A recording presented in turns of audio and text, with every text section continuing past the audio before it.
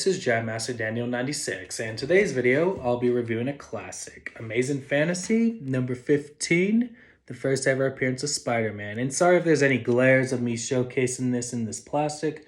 So here's probably the best view you get of the comic covers, so that's it right there. So the storyline of this comic is the origin story as we know it today.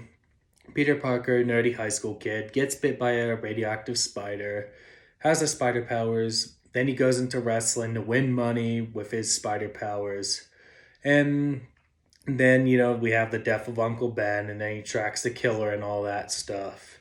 So pretty much what we know and love today of the character, as we know. Pretty much this is like the springboard for any Spider-Man story from all the movies, shows, and all the comic retellings of the origin story. A lot of this is like the springboard for any Spider-Man story, as the best way to put it. And this was definitely one of the biggest influences for the first Sam Raimi Spider-Man movie with Tobey Maguire back in 2002. And because you do have a lot of the core elements from this, like, a nerdy high school kid, not the popular guy in school, gets bit by a radioactive spider. He has the spider powers. But in this, there's the web shooters in this. So even like, Toby uses the organic web shooters. Even though the web shooters, the mechanical web shooters, as we know with Spider-Man in different stories, it originally was going to be in the first Sam Raimi Spider-Man movie, but got cut to use the organic web shooters. So a little fun fact there.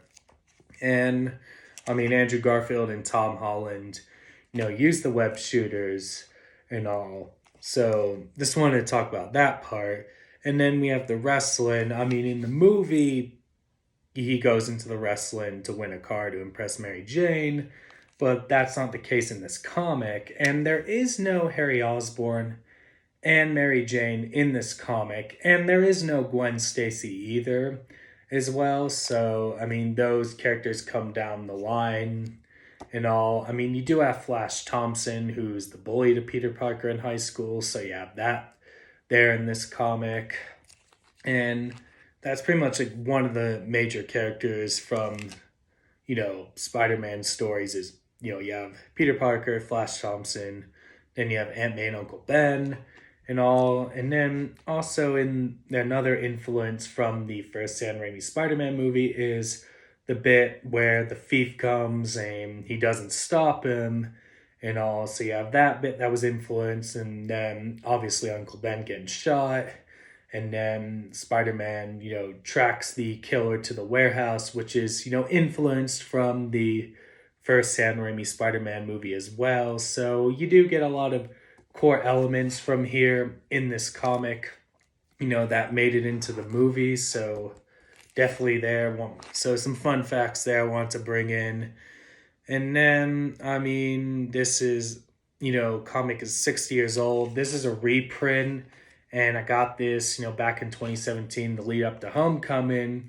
And, if you're trying to find an original print of this comic, it's definitely going to be worth a ton of money. I'll tell you that. The best way to get this comic is a reprint like I did, or you can find it in a trade paperback, like a Marvel Epic collection and all. So those are your best ways to get a hold of this copy. And my overall thoughts on the comic, I did enjoy. It does set up the Spider-Man universe perfectly and sets up who the character of Peter Parker is and how he becomes Spider-Man and all.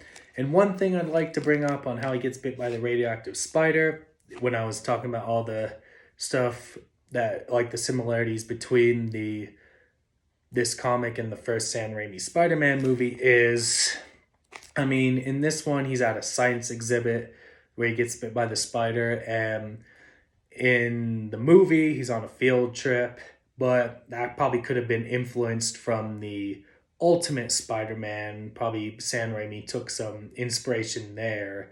And then, Harry Osborn and Mary Jane are in high school with him in the Ultimate Universe, which, is also in the first Sam Raimi Spider-Man movie. So probably Raimi did sprinkle in some Ultimate elements as well, along with going with a lot of story beats from this comic for the first movie. So definitely wanted to add that in there.